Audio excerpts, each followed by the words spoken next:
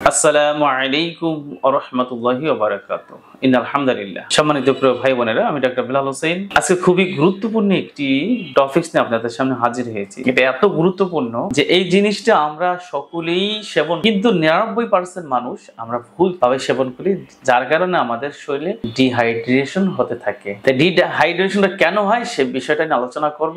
এই মূল আলোচনা করার আগে আপনাদের কাছে রিকোয়েস্ট, যারা আমার চ্যানেলটি সাবস্ক্রাইব করেন না সাবস্ক্রাইব করবেন, পাশে থেকে বেল আইকনটি চেপে রাখবেন, বেশি শেয়ার করবেন। খুবই গুরুত্বপূর্ণ বিষয় এটা যে আপনারা শেয়ার করবেন। আর আপনারা জানেন যে আমার নামে শত শত পেজ খুলে আপনাদের সাথে প্রতারণা করে যাচ্ছে, বিভিন্ন হালুয়া বিক্রি করতেছে, হালুয়ায় মোহাব্বত, জাফরিন, সাফরিন এগুলি বিক্রি করতেছে। এগুলি থেকে বিরত থাকুন। এবং আমার নামে যারা এগুলি ব্যবহার করে, যারা কিনে খেয়ে আমার মূল ভিডিওতে এসে যারা উল্টাপাল্টা কমেন্ট করে, দোহাই আল্লাহ, আল্লাহ তাআলা আপনাদেরকে হেদায়েত দান করুক। যে বিষয়টা আলোচনা করবো সেটা হলো যে এত গুরুত্বপূর্ণ যে এই যে গরম পড়েছে, এই গরমের সময় এমন কোনো লোক নাই যে আপনার ওট স্যালাইন সেবন না করে। এই ওট স্যালাইন সেবন করতে গিয়ে যে মারাত্মক ভুলগুলি আমরা করে বসি সেটা হলো যে আমরা খাই হলো আমাদের ডিহাইড্রেশন থেকে মুক্তি পাওয়ার জন্য, কিন্তু দেখা যাচ্ছে এটা খাওয়ার পরে আমাদের ডিহাইড্রেশন শুরু হয়ে যায়। ডিহাইড্রেশনটা কি? ডিহাইড্রেশন রক্তের আপনার রক্তের ভিতরে যদি যখন আপনার লবণের ঘাটতি থাকে তখনই ডিহাইড্রেশন হতে থাকে। আমাদের শরীর আস্তে আস্তে ভেঙে যায়, শরীর দুর্বলতা দেখা দেয়, পানি শূন্যতা দেখা দেয়। তো এই পানি শূন্যতার সাথে লবণ বেড়ে যায়, যার কারণে আমাদের ডিহাইড্রেশন শুরু হয়। কিন্তু এই ডিহাইড্রেশন পূরণ করতে গিয়ে আমরা আরো উল্টা আমাদের ডিহাইড্রেশন শুরু করে দেয়। কেন শুরু করে দেয়?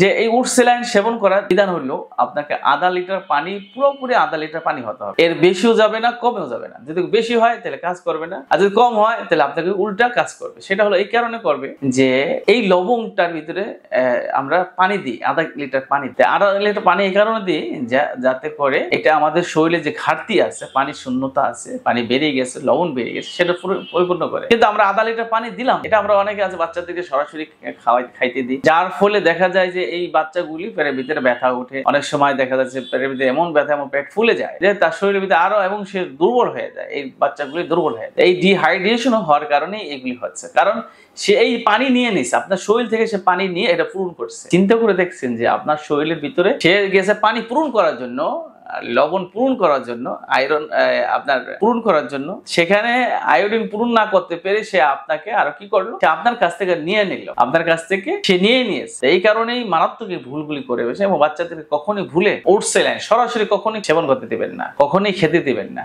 এটা থেকে দূরে থাকবে। তাহলে কি করতে হবে যে আপনাকে ডিহাইড্রেশন থেকে রক্ষা পেতে হলে এই গরমের ভিতরে অবশ্যই আপনারা প্রতিনিয়ত এটাকে সেবন করবেন। এখন আপনার শরীরে তো ডিহাইড্রেশন নেই, আপনি মনে করতে পারেন না শুধু ডিহাইড্রেশন আপনার পাতলা পায়খানা বা কলেরা হইলেই হয় না। এটা মনে করেন আপনি ব্যায়াম করলে হতে পারে। 1 ঘন্টা ব্যায়াম করলে যে আপনার শরীরের ভিতর থেকে যে আপনার ঘাটতি হবে, লবণের যে ঘাটতি হবে, ফ্লুইডের যে ঘাটতি হবে, পানির যে শূন্যতা দেখা দেবে, এইটাই হলো ডিহাইড্রেশন। তাহলে এটা শুধু একমাত্র পাতলা পায়খানা বা কলেরা হইলেই হয় না, এটা বিভিন্ন কারণে বিভিন্ন ভাবে হতে হবে। এই রোদের ভিতরে আপনি কেন ডিহাইড্রেশন হতেছে?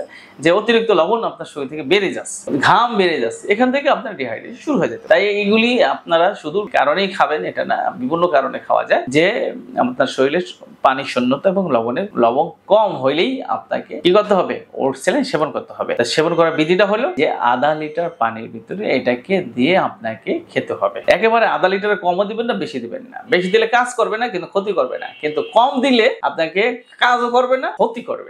এই জিনিসটা আপনাদের জন্য খুবই গুরুত্বপূর্ণ ছিল। আশা করি যে আপনাদের কাছে ভালো লাগবে এই কথাগুলি। আমাদের বাংলাদেশে শতকরা প্রায় 99 জন মানুষই এটা জানে না, অনেক শিক্ষিত লোকেরা জানে না। তাই আমাদেরকে এই থেকে সতর্ক থাকা দরকার এবং বাচ্চাদের থেকে এটা খাওয়া থেকে বিরত রাখা দরকার। আজকে বলে শেষ করছি। আসসালামু আলাইকুম ওয়া রাহমাতুল্লাহি ওয়া বারাকাতুহু।